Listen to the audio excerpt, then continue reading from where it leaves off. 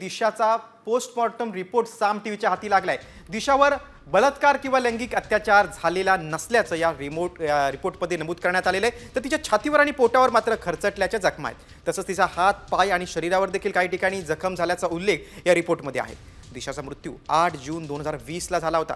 मुंबईतील मालाड परिसरातील एका इमारतीच्या 14व्या मजल्यावरून पडून दिशाचा मृत्यू झाल्याची माहिती पोलिसांनी दिली होती। मात्र हे सगळे दावे आता सतीश सालियन यांच्या वकिलांनी फेटाळून लावलेत। दिशाच्या अंगावर एकही जखम नसल्याचं वकील निलेश ओझा यांनी म्हटलंय।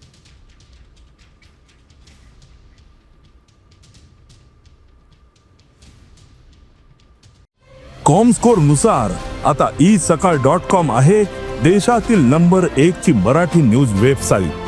प्रत्येक अपडेटसाठी isakal.com ला नक्की भेट द्या।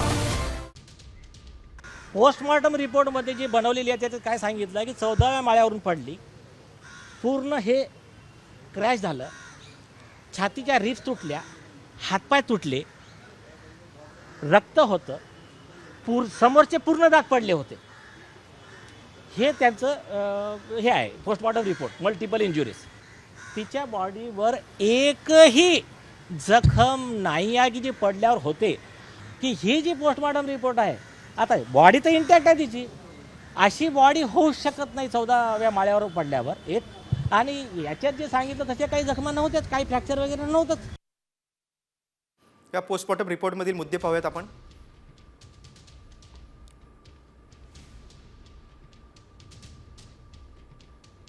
दिशाच्या हाताला, पायाला आणि छातीवर जखमा होत्या।